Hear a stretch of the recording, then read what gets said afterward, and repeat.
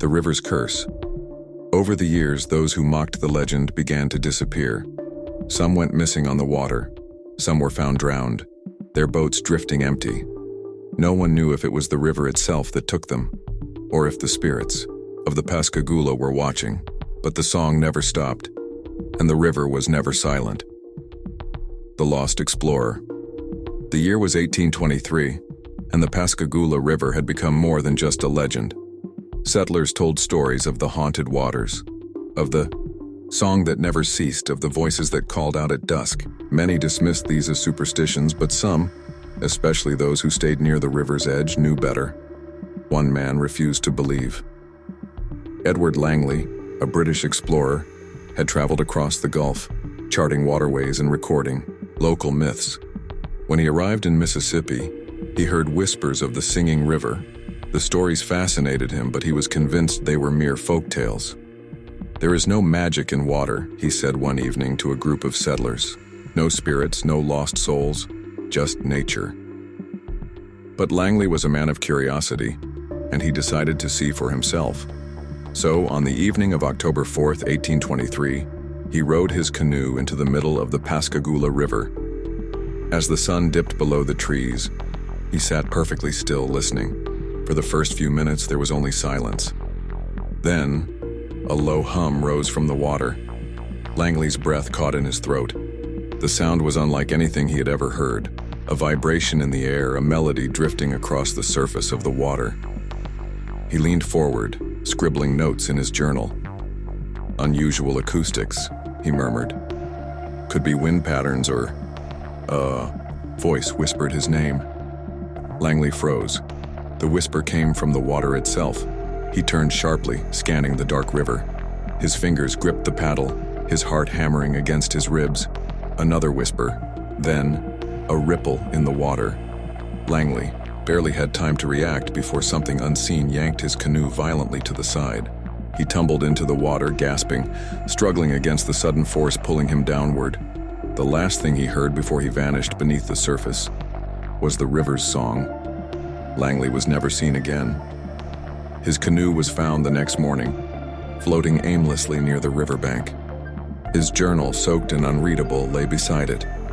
And that night, the river sang louder than ever. The skeptic's doom. For decades, the Pascagoula River remained a place of mystery. Some avoided it altogether. Others, especially scientists and scholars, sought to explain the unexplainable. In 1907, Dr. Bernard Crowley, a professor from New Orleans, arrived in Pascagoula determined to debunk the legend once and for all. He set up equipment by the riverbank, barometers, sound recorders, and hydrophones, believing he would find a simple scientific explanation for the phenomenon. "The sounds are likely the result of shifting sands beneath the riverbed," he declared to a gathering of locals, "a natural movement of water over sediment. There are no ghosts." That evening he sat alone by the river, his notebook in hand, waiting. The sun set. The water remained still. Then, as if responding to his mockery, the song began. It was soft, at first like the hum of the wind through the trees.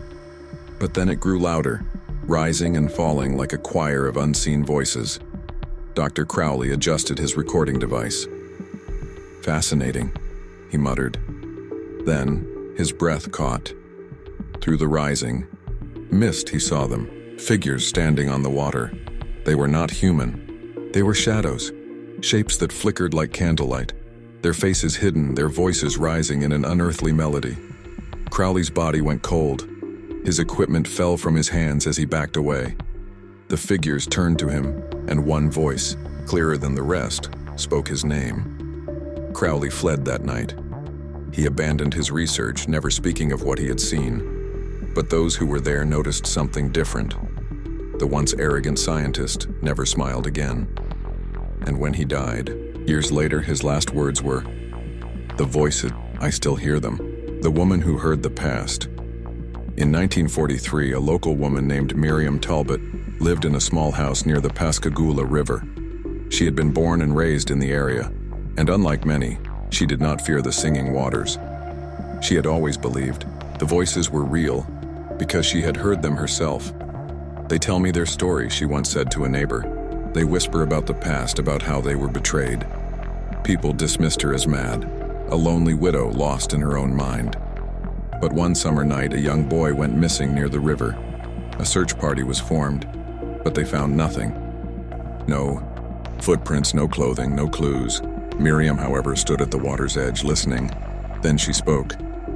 "The boy is trapped," she said, "but he is alive." The townspeople were skeptical, but desperate. They followed Miriam's guidance, searching in the place she described, a hidden inlet along the riverbank. And there, half submerged in the mud, they found the boy, barely breathing, but alive. When they asked Miriam how she had known, she simply said, "The river told me." That night the song returned, and Miriam never heard it again, as if the spirits had thanked her. The forgotten warning. Not everyone respected the legend. In 1967, a group of teenagers decided to test it. They had heard the stories, the warnings, from their grandparents, never mock the river. But youth is reckless, so they made a dare. 3 boys and 2 girls waded into the Pascagoula River at midnight. They laughed, splashing, calling out to the spirits. "Sing for us," one of them mocked. The wind shifted. The water grew still. Then, the song began. A slow, mournful melody rose around them, vibrating through the air. The laughter stopped. Then, one of the boys screamed. Before anyone could react, he was gone. The remaining 4 scrambled back to shore, terrified, shouting his name. He was never found. And the river sang all night long. The return of the voices. In 2005, after Hurricane Katrina, the Pascagoula River changed. Survivors reported hearing the song louder than ever, as if the storm had awakened something ancient. The voices rose and fell, drifting through the wind, calling to those who would listen. Some say the storm uncovered something buried beneath the river. Others say the Pascagoula are still waiting, still singing, still watching. The endless song. To this day, the Pascagoula River sings. Some claim it is just the wind. Others know the truth. The Pascagoula never died, they simply became the river. And if you stand by its banks at dusk, you will hear them. Would you dare listen? Subscribe for more stories.